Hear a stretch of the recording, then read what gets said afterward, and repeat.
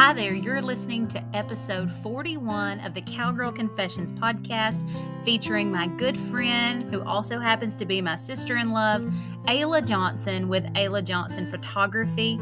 I can't wait for you to hear her story, and I just want to remind you as you listen that wherever you're at today, whatever job you have, whether you like it, you love it, you want to leave it, if you think of it in a realm of how you're building a skill set that can truly benefit you in other areas of your life down the road, that is really powerful, you guys. And so I want you to think of it in that way as you listen to Ayla and her story, because it's just so cool to see how God has been at work in her life through her career and how she's getting to lean into being a photographer full time now. I also want to thank each and every one of you that have continued to listen to the podcast, leave reviews, like, comment to our guests, letting them know how much you enjoyed hearing their stories. It matters, you guys. It truly, truly matters. So thank you from the bottom of my heart. And without further ado, let's jump in and hear from Ayla.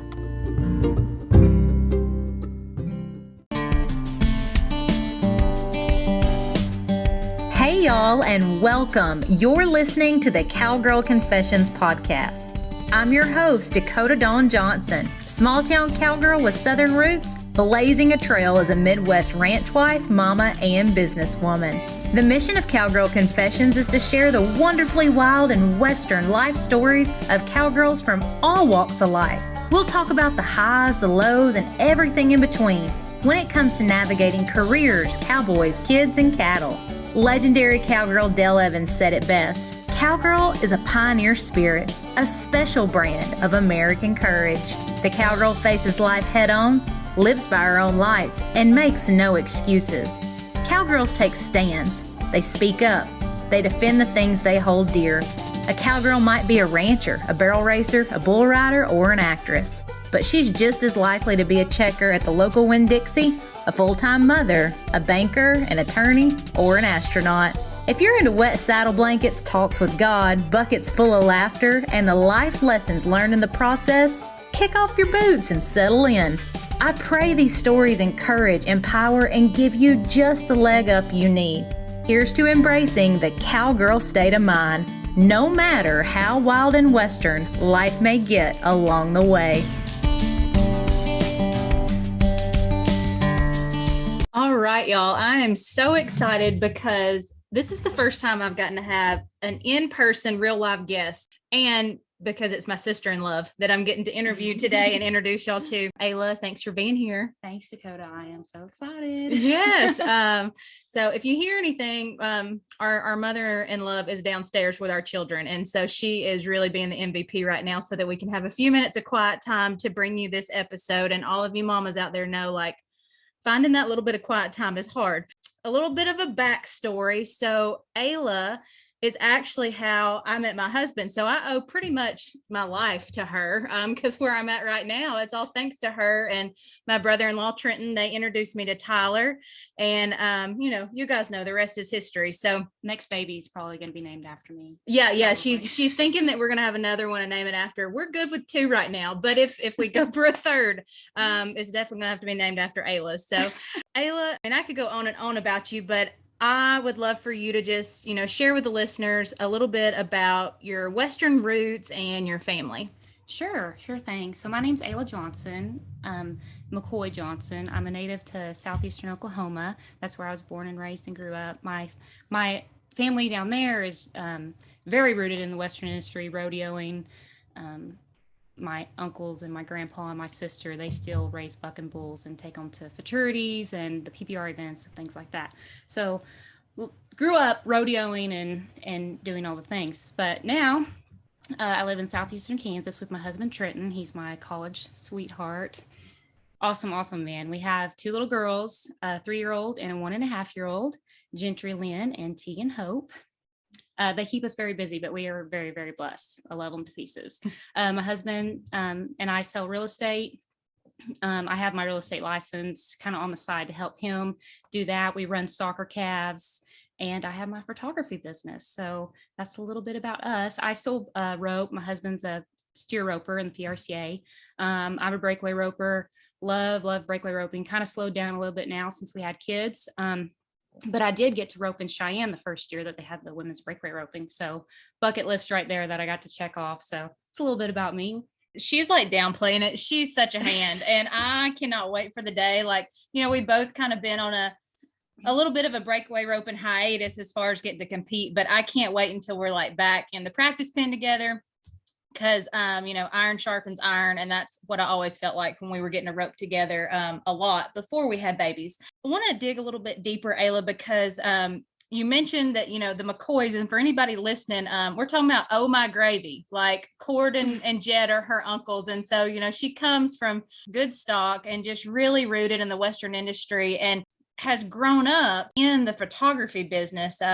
Her grandma Janet is really, really well known in Oklahoma as a photographer. So Ayla, tell us a little bit more about that experience, growing up, because I feel like, while you're a full-time photographer now, that's a recent transition that you've made, but you're not new to the business at all. No, I'm not, but I love pictures. I'm kind of a picture fanatic.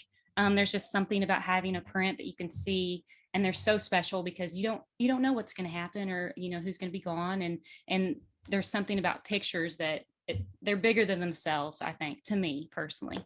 But yeah, like Dakota said, my grandma has a studio in southeastern Oklahoma. She co-owns it with my Aunt Nikki. It's McCoy Callison Photography in Ada, Oklahoma.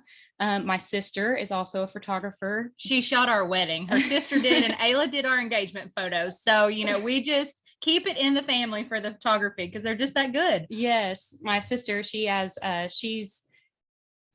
amazing. I look up to her so much. She owns JCJ Graphics. She does photos, graphic designs, things like that. So I'm so blessed to have those three people in my life because they're creative minds. If I have a shoot coming up and I have a question, I can call any three of those people, bounce ideas off of each other. And so really, really good to have in your corner. But no, I in high school and all through college, I worked for my grandma.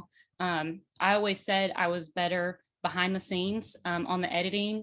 I know my way around the computer. So that sort of thing wasn't a big transition for me. When I started taking pictures, I actually had to learn how to maneuver my camera, which was a task. There's so much more that goes into it than you actually realize. Did you know that October is National Women's Small Business Month? The entire month of October, we'll be bringing you episodes that celebrate the outstanding progress female entrepreneurs and leaders have made in our community. I can't wait to share each and every one of these women with you and their unique stories of how they're giving back and making a difference through the businesses they've worked so hard to build. So Ayla, you recently transitioned into leaning into photography full time. And, for years you have worked in the Western like retail wholesale industry. Tell us a little bit about some skills that you learned doing that and how that has transferred over into your photography business. Sure thing. So yes, I used to work for Miller International. They're the makers of Cinch. I worked for them almost 9 years to the day, which is kind of a God wink, how everything kind of plays out. But I started working for them before I graduated from college. I was going to church with the sales rep from Oklahoma, and they needed some more girls to work events. So that's kind of how I kind of got my foot in the door doing that. On the road a lot, starting out. We would go to a show or, hotel room, apartment, you'd be gone 5.5, 6 months out of the year going to all the events and all the things. So I got to meet a ton of people, worked in sales, worked alongside some of my best friends. Some of the best relationships I have came through that. Fast forward a little bit, got married, wanted to slow down a little bit. They opened up a new position for me as a new business sales developer, selling their flame resistant and FR clothing.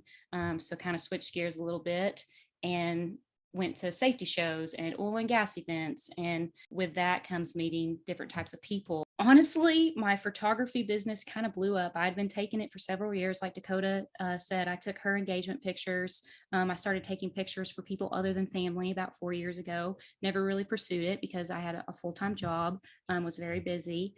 Last fall, and I think this is just a godsend. It blew up. I started taking pictures for people I didn't even know. I really wasn't even trying to push it or anything. And so I really dove in deep, and I said, okay, if God put this opportunity in front of me, let's see where it goes. So fast forward to June of 2021, this last year, with COVID and everything just changed.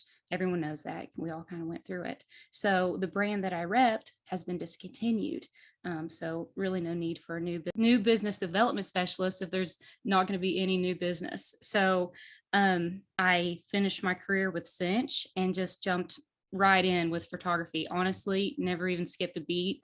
I've had multiple sessions every week since then. It's been a blessing, and a lot of things kind of fell in place prior to that happening, that there was no woe. It was all go, no woe from there on out, because God, he was just intertwined with everything. There was a few things personally that had happened. Our daughter, she was born with a cleft lip and palate. She had just got released the day before to be a kid, to eat regular foods, to do everything. So we were already done with multiple surgeries of hers before that transition happened. So I honestly believe wholeheartedly that this is what I'm meant to be doing now. I gotta find our tissues. I'm getting all emotional because it's, I've gotten to sit here and watch it play out. And just like you said, the timing, it has been like, it's been nothing but God just allowing you to step in to, I didn't think I was going to cry, but, just really getting to step into being a mama, but, blessing the people around you with, you're talented behind the camera. And so you get to capture those memories for them. And it's just really, really special to see all of that happening. So I'm going to suck it up. I'm going to quit crying now, getting emotional. Okay. So we had the opportunity to work on a really, really cool project back a few months ago for one of the retailers I sell product to. We worked with Valley Vet, and when we were talking about what we needed for this specific shoot, and just to, kind of give y'all a little bit behind the scenes, sometimes when you are in retail, you need product specific photos because some of that product is like milk and bread. It's always going to be in the line. There's so much fast fashion and things going on in the world of retail that sometimes it's just easy not to capture the right type of shots for that type of product. And so we needed some of that for Valley Vet. And so I came to Ayla and said, hey, we've got this project. Can you help us? And the reason I came to her, not just because she's my sister-in-law, but I knew that she had the full set of skills, because we needed to capture product that was in a very authentic way that, the Western consumer could relate to, for one. We also needed somebody that was going to work well with a lot of people, because this wasn't just me and Ayla. We had the Valley Vet crew here. We had a videographer here. We had a lot of moving parts. So you got to have somebody with people skills, and then somebody that also knows how to shoot horses and dogs, because that's like having a toddler thrown in there, pretty much trying to get pictures and having everything in place. So she was just incredible to work with on that project. And then she delivered timely. That was another thing. There was no, chasing her down or anything like that. So I can tell you, not just because she's family and, she shot our engagement photos, but on a whole different level, I've gotten to work with her professionally.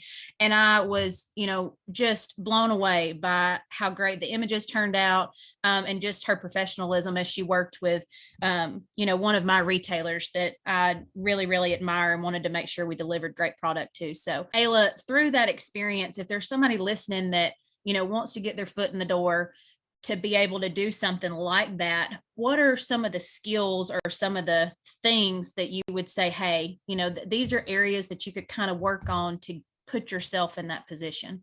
Absolutely. To back up for a second, though, right when you were going through all that, you had an interview with someone. Oh, I'm butchered if I said who it was. I listened to a podcast. You had an interview.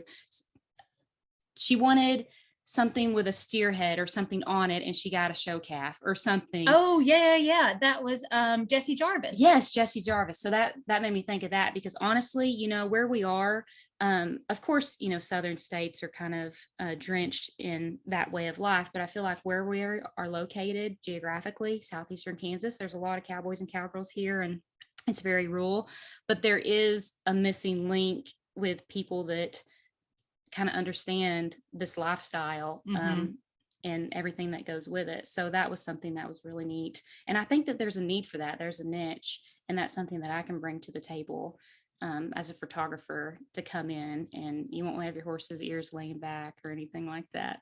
But to get started, a few things I would recommend if anyone wanted to get started in photography is just pick up your camera, start shooting everything, moving objects in all different lighting scenarios, learn your exposure triangle, and then don't be afraid to ask questions. Find a group that you can, that'll welcome you. And one thing that I really enjoyed and benefited a lot from when I was really diving deep and learning my camera and things was Cole's Classroom. It was pretty beneficial. So that would be one that I would suggest. And what was it called? Cole's Classroom. Cole's Classroom. Okay.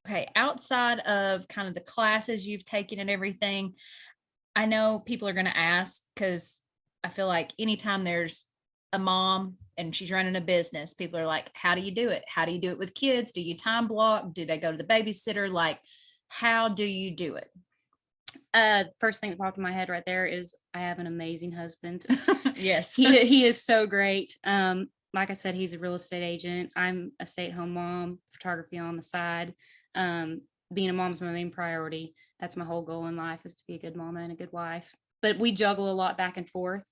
We have pretty open schedules. When I'm needed, he can watch the girls, and like right now, our mother-in-law is downstairs watching the kids. So I have a really great inner circle here that I can get help from. So, and a lot of coffee, a lot of editing during nap times, a lot of late nights. I learned very fast that it's just not even worth sitting in front of my computer when the girls are awake, because it's just stop and go in front of the computer, and I want to be all in with them. So everything is put away when we're spending time together. My oldest one's 3. When baby Tegan's asleep, she likes to sit on her computer and work on her pictures. So I can actually get a lot done while she's awake. But that's how we do it. We just kind of go with the flow, and things can wait. I always keep a to-do list so I don't forget anything, but things can wait. Yeah, they can. And I think it's just a really good reminder that it doesn't all have to be a priority all at the same time. And like you said, you figure out when you're a mom how to get more done in a shorter amount of time than I ever did before I had kids. Yes, absolutely. I mean, it's just, there's something about it, because, you've got this window and it's like, man, I got a lot done. One of the other really neat things about, you on the photography side, you mentioned that you and Trenton are both in real estate, is that you offer real estate photography too. And you even have a drone. And so let's talk a little bit about that, because it's really, really cool. Yeah, really cool. My husband works for Crown Realty. They have multiple offices, Kansas City and surrounding areas. He would never say it, but he's really good at what he does. I mostly just have my license. I've had it for the last 5 years to help him when he's gone rodeoing. I can show places, legally get documents signed, that sort of thing. So I'm not as active in it yet as he is, but he's a big farm and ranch specialist here in Kansas, and he also has his license in Missouri and Oklahoma. But I just started taking photos for him. Obviously, when I had my full-time job, I didn't do it for other people, but now it's no surprise if I have 3 or 4 appointments a week taking real estate pictures. So it's been great. And we have a drone, large acre tracts, fly the drone a lot, and that's something that I can offer. That works well with the portrait photography, because I can shoot real estate during the day, family portraits and seniors and things like that of an evening. Yeah. I just think it's really, really cool, and makes you well-rounded. Lots of different options you have, for your business.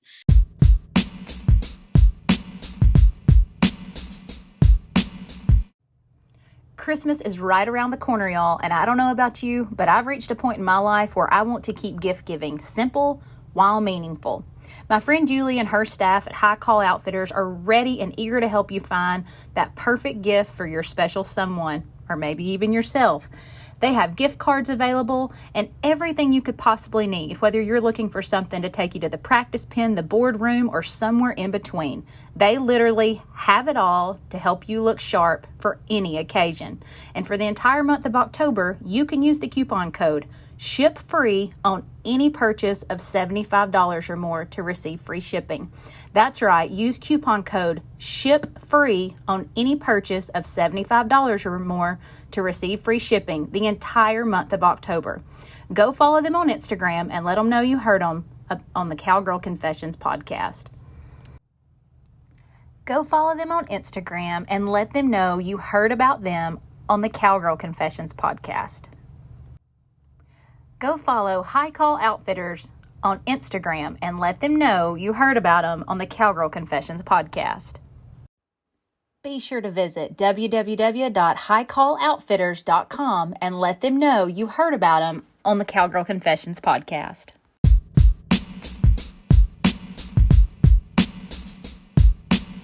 So I got to know, Ayla, as we're wrapping this up, what is the wildest thing you've ever had to patch together with like baling wire, duct tape, hay string, what? Give me a good story. Okay, I knew you'd ask this.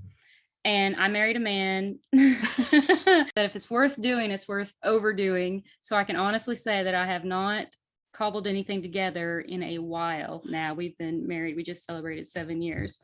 I'm sure when we were junior rodeo and, you'd have a tie down break or something and I'd have to string it all together. But recently, I can't say that I even have one that pops into my head. There's so much truth to that because, I'm married to your husband's brother. And that's one thing that like when we were dating, I didn't go anywhere, like in my toolbox, like in my purse, there was like duct tape, hay string, baling wire, bungee cords. But I am kind of like a Wild West Mary Poppins. That's kind of like the ego I carry or persona, I guess. But anyway, I would show up, like I had that with me at all times. And Tyler would be like, we're going to fix this. Like, we're not going to just patch this together.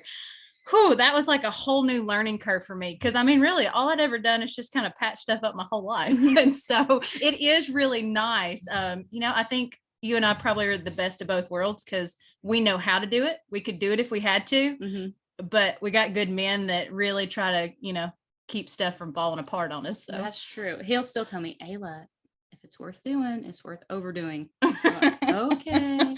Oh, Tyler really had to train on me because I was not wired that way when we met. But y'all saw something. You saw something that needed to happen. He needed me and I needed him. Yes, so I'm glad that y'all introduced us. Well, Ayla, I have so enjoyed getting to visit with you. Thank you for being my first in-person guest. Last thing we'll wrap up with is what does the Cowgirl state of mind mean to you? Oh, okay. This is a hard one. But have you ever went to a county fair? Recently, I shot at our county fair during the shows.